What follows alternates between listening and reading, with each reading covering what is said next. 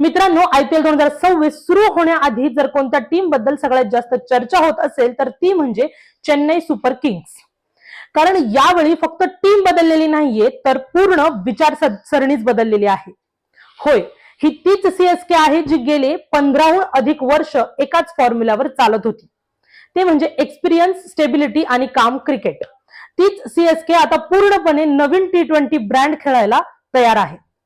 आणि त्यामुळेच यावर्षी CSK ला प्रेडिक्ट करणं कदाचित IPL मधलं सगळ्यात कठीण काम होऊ शकतं.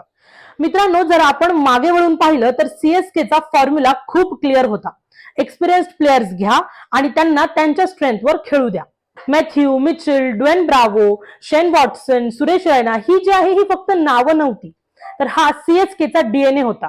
पण गेल्या काही वर्षांमध्ये T20 क्रिकेट खूप बदललंय. Fast scoring, power play dominance, high strike rate आणि इथेच CSK मागे पडू लागली.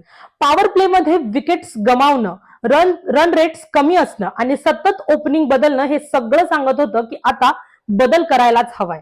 आणि याच कारणामुळे IPL 2026 मध्ये CSK ने एक मोठा डिसिजन घेतलाय.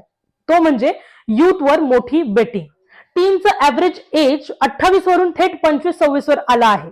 म्हणजेच CSK आता IPL मधील सगळ्यात यंग टीम्स पैकी एक आहे. ज्यामध्ये नवीन नावं म्हणजे आयुष म्हात्रे, प्रशांत वीर, कार्तिक शर्मा, डेव्हिड ब्रेविस आणि या सगळ्यांचा मध्ये एक मोठं नाव जे थोडं जुनं आहे पण महत्वाचं आहे ते म्हणजे संजू सॅमसन. संजू सॅमसनचा एंट्री म्हणजे फक्त एक प्लेअर नाही तर तो कदाचित एक गेम चेंजर सुद्धा ठरू शकतोय. CSK ला पॉवर प्ले मध्ये फास्ट रन्स हवे होते ते संजू देऊ शकतो. त्याच्याकडे लिडरशिप आहे, एक्सपिरियन्स आहे आणि अग्रेसिव्ह इंटेंट सुद्धा आहे. आता टॉप ऑर्डर्स इमॅजिन करा. संजू सॅमसन, आयुष म्हात्रे आणि ऋतुराज गायकवाड हे कॉम्बिनेशन स्टेबिलिटी आणि अग्रेशन हे दोन्हीही देतं. 4 नंबरवर आहे ब्रेविस, ज्याला बेबी एबी डिव्हिलियर्स असं देखील म्हणतात, जो मॅच फिरवू शकतो. 5 नंबरवर शिवम दुबे, जो की स्पिनर साठी नाईटमेअर ठरू शकतो. आणि यानंतरच फिनिशर्स म्हणून कार्तिक शर्मा, प्रशांत वीर आणि काही मॅचेस मध्ये MS धोनी सुद्धा खेळेल.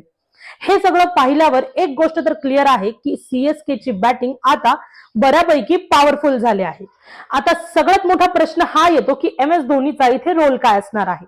तो कदाचित खेळेल पण प्रत्येक मॅच नाही. या सीझन मध्ये त्याचा रोल कदाचित बदलू शकतो. कधी फिनिशर तर कधी मेंटॉर किंवा कधी इम्पॅक्ट प्लेअर. आणि ऑनेस्टली सांगायचं झालं तर CSK ला आता धोनी डिपेंडन्सी कमी करावीच लागेल. ऑलराऊंडर्स बद्दल बोलायचं जर झालं तर रवींद्र जडेजा टीम मध्ये नाहीये. हा एक खूप मोठा बदल आहे. त्याच्या जागी CSK ने इन्व्हेस्ट केला आहे ते म्हणजे प्रशांत वीर मध्ये, जो बॅटिंग आणि बॉलिंग दोन्हीही देऊ शकतो. आणि त्याच्यासोबतच शिवम दुबे आणि अकिल हुसेन हे ऑप्शन्स टीमला बॅलन्स देतात. म्हणजेच काय तर ओव्हरऑल पाहिलं तर CSK कडे युथ आणि एक्सपिरियन्सचा एक चांगला मिक्सचर आहे. पण आता येतो सगळ्यात मोठा कन्सर्न, तो म्हणजे बॉलिंग आणि खास करून डेप्थ बॉलिंग. आणि इथेच CSK ला एक खूप मोठा झटका बसलाय. नेथन एलिस, जो या सीझन साठी त्यांचा एक फिक्स डेथ ओव्हर स्पेशलिस्ट होता, तो इंजरीमुळे बाहेर झालाय. हा CSK साठी खूप मोठा प्रॉब्लेम आहे कारण एलिस चेंजअप्स, स्लो बॉल्स आणि प्रेशर सिच्युएशन मध्ये खूप जास्त इफेक्टिव्ह होता. आता त्याच्याशिवाय बॉलिंग लाईनअप मध्ये मॅट हेनरी, खलील अहमद आणि अंशुल कंबोज ही नावं आहेत. तिघेही चांगले बॉलर्स आहेत, पण क्वेश्चन एकच आहे की डेथ ओव्हर्स मध्ये रिस्पॉन्सिबिलिटी कोण घेणार.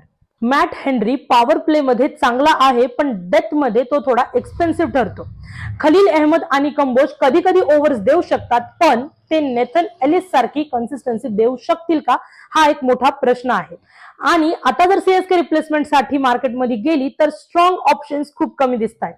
ओटनील बार्टमन सारखी नावं समोर येत आहेत, पण रिअलिस्टिकली जर पाहिलं तर एलिसचा इम्पॅक्ट रिप्लेस करणं सोपं नाहीये. म्हणूनच डेथ बॉलिंग ही CSK ची एक बिगेस्ट कमजोरी यावेळेस ठरू शकते. फायनल वर्डिक्ट बद्दल बोलायचं झालं तर ही CSK ती जुनी CSK नाहीये. ही टीम आहे फास्ट, फिअरलेस आणि यंग. बॅटिंग जर फायर झाली तर ही टीम कुठल्याही अपोनेंटला डॉमिनेट करू शकते. पण बॉलिंग, खास करून डेथ ओव्हर्स, ही त्यांची विकेस्ट लिंक आहे. माझ्या मते CSK चे टॉप 4 मध्ये चान्सेस तर आहेत, पण ते पूर्णपणे डिपेंड करेल की त्यांची बॅटिंग किती कन्सिस्टंटली ते परफॉर्म करतायत आणि बॉलिंग प्रेशर कसं हँडल करू शकतायत यावर. पण एक गोष्ट तर नक्की, यावर्षी CSK बोरिंग अजिबात नसणार आहे. ही टीम खेळणार आहे ते पण नवीन ब्रँडचं T20 क्रिकेट. तर तुम्हाला काय वाटतं, सीएसके प्लेऑफ्स मध्ये जाईल का, की बॉलिंगमुळे पुन्हा एकदा त्यांना इथे स्ट्रगल करावं लागेल? आम्हाला कमेंट्स मध्ये नक्की सांगा आणि अशाच डिटेल अनालिसिस साठी चॅनलला सबस्क्राईब करायला विसरू नका.